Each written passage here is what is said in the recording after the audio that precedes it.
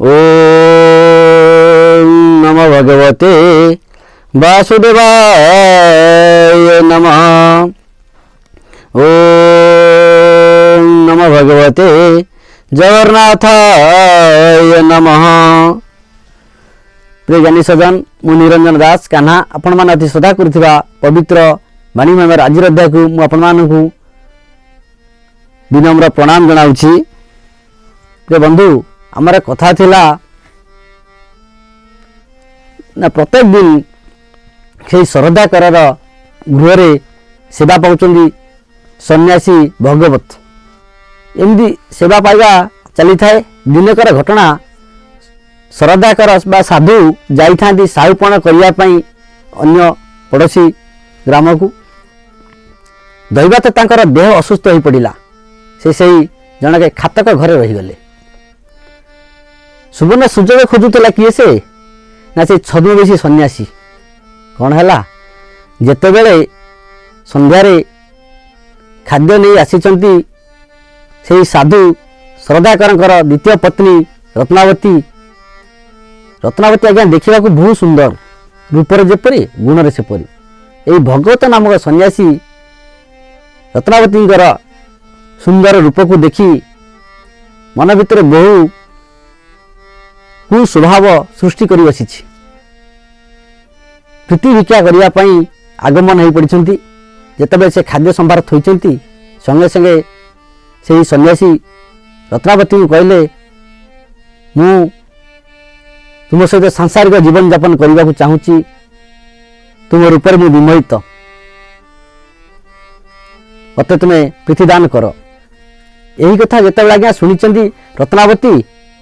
रत्नावती को पाद आज्ञा माटी खसीगला लगिला। कहीं से साधु को सेवा करुँच निजर गुरु रूपे किंतु साधु तांको पत्नी करने चाहूँगी पत्नी रूपे वर्ण करने चाहूँगी। केते छोट कथा अति निर्लज कथा देखु से गुरु रूपे पूजा करुँच किंतु से पत्नी रूप में पाइबा इच्छा करुँच। मन भर कुप्रकृति जात हो एक शुणी विनम्र हाथ जोड़ी पकड़े रत्नावती कहले प्रभु मु आपण मोर गुरु मु आपण शिष्य रूपे पूजा करुँची एभली कुव्यवहार देखा मु आज्ञा लज्जित आपण कथा केवे रखिपारि ना कहीं रखिपार ना से सती स्वाति नारी तेणु से सदासर्वदा स्वामी पाद पद्म मनोनिवेश कर मना करदे आज्ञा हाथ जोड़ी विनम्र प्रार्थना करी मना करदे। एपटे कौन है सही भगवत सन्यासी महाचतुर संगे संगे निजर कथा बदल नेले।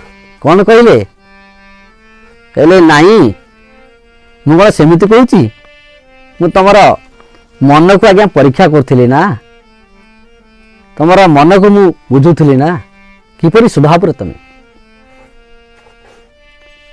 किंतु एपटे मन भीतर भय अच्छी कहार ना रत्नावतीर काले साधु को जदि साधुंकर कथा मु मना कली ना साधु काले आम घरे रहिबे न रहिबे तांकर सेवा आम करिपारिबु नाही मन भीतर भाबिले। कहीं सेवा न कले आज्ञा साधु सन्थंकर सेवा न कले कौन आज्ञा हेबो बंधुंकर सेवा न कले आज्ञा कौन हेबो।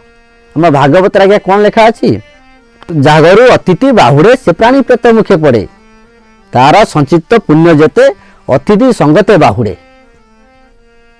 जदि आज्ञा सांसारिक जीवन यापन भितर आम कौन साधु सन्तर सेवा न करती कि कौन बंधुंकर आम सेवा न करती कि आम घर से अतिथि बाहुड़ी जाती बिना सेवारे कौन हुए ना आमर जी संचित धर्म बल थाए से अतिथि संगे चली जाए। एक जानी रत्नावती तेणु मन भीतर बहुत भय अच्छी साधुंकर कथा तो मुझे रखिली ना साधु आम गृह रे कि ना मन भीतर बहुत आशंका धरी बसी हाथ जोड़ी दंडाय मान संगे संगे से भगवत कौन कहले नाई मु तुमको परीक्षा करुली किंतु गोटाए कथा तमें जदि मोर कथा मानिब तुम घरे मु खाद्य ग्रहण करी। रत्नावती कहले आज्ञा कौन कहतु कहले तुम प्रतिज्ञा कर मु जहाँ कहि से कर। रत्नावती आज्ञा भयर प्रतिज्ञा कले प्रतिज्ञा करी कहले महाराज आपण जहाँ कहबे मुझे कथा रखी किंतु मु आपन को केबे कोनोसी मुहूर्त रे कोनोसी समय देहदान करि परिबि नाही। से हला साधु सही भगवत आज्ञा कौन तांका पाखरे रखिले कथा से कथा रखिबे कि नहीं देखिबा। सजन आज तो समय हो जाइए पुणी देखा आगामी अध्याय आपण मैंने यदि आमर ये बाणी महिमा चैनल को नुआ कर देखुं तेबे आमको उत्साहपूर्वक आमर ये बाणी महिमा चैनल को सब्सक्राइब करूँ, शेयर करूँ, लाइक करूँ, कमेंट दिंतु। जय जगन्नाथ।